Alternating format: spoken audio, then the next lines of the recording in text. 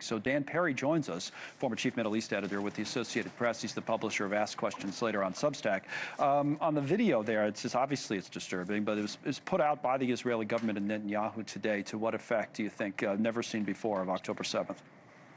Well, they want to remind the world, basically, that the war was started by Hamas. The degree of brutality with which Israel has conducted this war and the huge amount of destruction and many deaths in Gaza have sort of caused that to be forgotten. So the global narrative that basically has prevailed focuses on Israel's conduct in the war and not the fact that Hamas started it and that Hamas could end it in an instant if essentially they surrendered. And I think, by releasing these videos, they're trying to clearly counter the anti-Israel discourse that currently is dominant in social media and also, frankly, in mainstream media. Just ahead of this Gaza City kind of move, and we talk about the humanitarian aid being paused. What about the long-term plan there?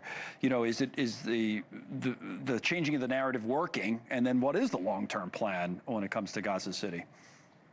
The problem is that Israel's government is basically propped up by far-right parties that want the long-term plan to be occupation of Gaza, from their perspective, expulsion of the Palestinians and resettlement of Gaza with Jews. That is not the government plan, but the government has to humor them. And because of that, they have been unable for almost 2 years now to actually articulate a long-term plan, even a medium-term plan. In fact, they haven't had, as far as I know, one single discussion about this. The U.S. is now ahead of Israel because at least Trump on Wednesday had one discussion. It is truly astounding the degree to which Israel has been unable to approach this war strategically. They've had real gains in terms of the regional landscape, with Hezbollah that has been thrashed in Lebanon, with Iran that was schooled in a 12-day war in June, and more. And of course, Hamas has been very much degraded. But as regards the long-term plan in Gaza, they literally are flying blind. And I think there is a real role here to be played by President Trump, because Israel cannot continue this war for more than a few weeks without American support. And the Israeli public does not want the war to be escalated and continued. And there is a deal on the table that essentially would return all the hostages and end the war and probably, potentially, leave Hamas in power. But I think there are ways to deal with that. For example, conditioning aid, conditioning reconstruction of Gaza on Hamas then stepping down. The majority of the Israeli public wants this.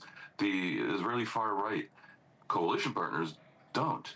And therefore, I think there is real potential here for the U.S. to step in and engineer an end to the war. And frankly, I think most Israelis want it. Engineer? In other words, you think Trump can talk Netanyahu into that? Oh, I think Trump can have one phone call that lasts 10 seconds. Yes. And that says, hey, sign it, Bibi. This is it? And it would happen? Yeah, it would happen.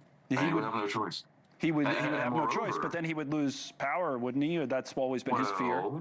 The Israeli moderate opposition has said that if they do a deal, they will not bring down a government, even if it loses its majority. They will give Bibi an umbrella of 8, 10 months, whatever, up until an agreed date for elections. Now, elections have to be held by October 2026.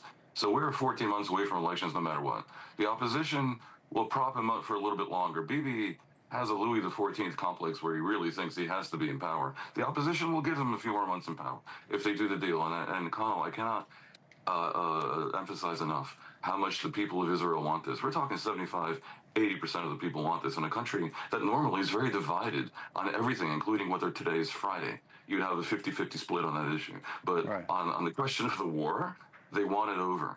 And Netanyahu, look, he's a good politician. So my guess is the combined fact that the public wants this and he has to face the voter soon enough, and that Trump may not care about the degree of damage done in Gaza, but he certainly wants it to be quick and over pretty soon. I think the combination of these two things will make it so Bibi magically finds a way to get out of his own way and declare victory and end the war sometime in the near future. All right, Dan.